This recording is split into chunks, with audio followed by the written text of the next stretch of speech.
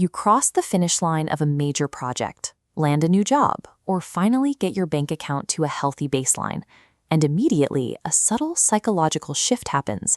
You decide you've done enough. Because you've achieved a level of stability, you start grading yourself on a curve. You allow a few bad habits to stick around, skipping a workout, cutting a corner at work, because you're secure, and you tell yourself you have these small flaws completely under control.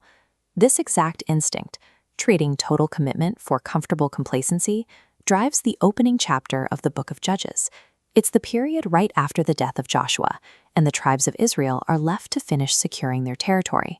At first, the campaign is flawless. The tribe of Judah pushes up into the steep, mountainous regions, easily securing the high ground. But then, right at the height of this momentum, the winning streak abruptly stops. They make a highly calculated, seemingly intelligent choice that sets the stage for a total national collapse. The problem starts with the geography. You can see in this view over the stone walls how the terrain changes. When the fighters of Judah descend into the plains, they find themselves in a vulnerable position. Down in the valleys, the Canaanites possess the ultimate area denial weapon, iron chariots. Instead of fighting, Judah halts. They don't retreat, but they don't drive the inhabitants out either. They pivot. They decide to let the Canaanites stay, forcing them into hard labor. On paper, this is a masterclass. You avoid a high-casualty battle against heavily armored vehicles and instantly acquire a massive workforce to build your new nation. It looks like a win-win. This highly pragmatic choice created a new reality.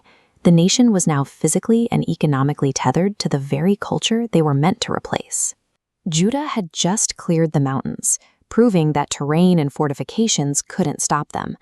The chariots on the plains were a different technical challenge, but they revealed a limit in the Israelites' resolve. The iron was real, but the decision to stop was driven by the internal fear of the soldiers, not the external power of the enemy. In this context, failure looks like a checklist that's only 90% complete.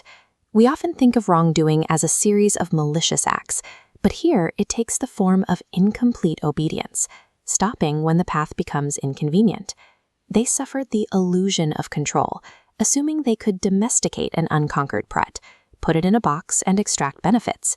But spiritual decay is unforgiving. Tolerate a foreign element, and combat effectiveness plummets. The compromise breaks out. If you choose to manage a flaw instead of removing it, the power dynamic eventually flips. The nature of that compromise dictates that it will grow to enslave its master. Once Judah, the leading tribe, rationalized this halfway measure, the rest of the historical record in Judges chapter 1 becomes a cascade of identical failures.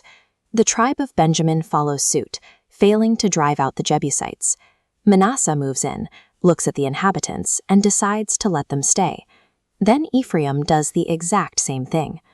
A single localized compromise splinters into a systemic national collapse. Reading through verses 21 to 36 is suffocating. The phrase, "did not drive out," repeats like a broken metronome. Spiritual failure simply becomes the standard operating procedure. History proves the rule. The adversaries you refuse to expel when you have the chance are the adversaries you will be forced to live with permanently. To see how abnormal this failure was, we only have to look at another fighter from the exact same era, a veteran named Caleb. At 85 years old, Caleb looks at Hebron. As you can see in this view of similar terrain, Hebron is a dense, heavily fortified stronghold built into the steep rocky hills, and Caleb completely conquers it.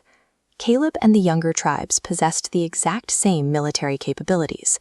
The difference was visual focus. Caleb looked at an impossible mountain, but his eyes were entirely fixed on the promise God had made to him.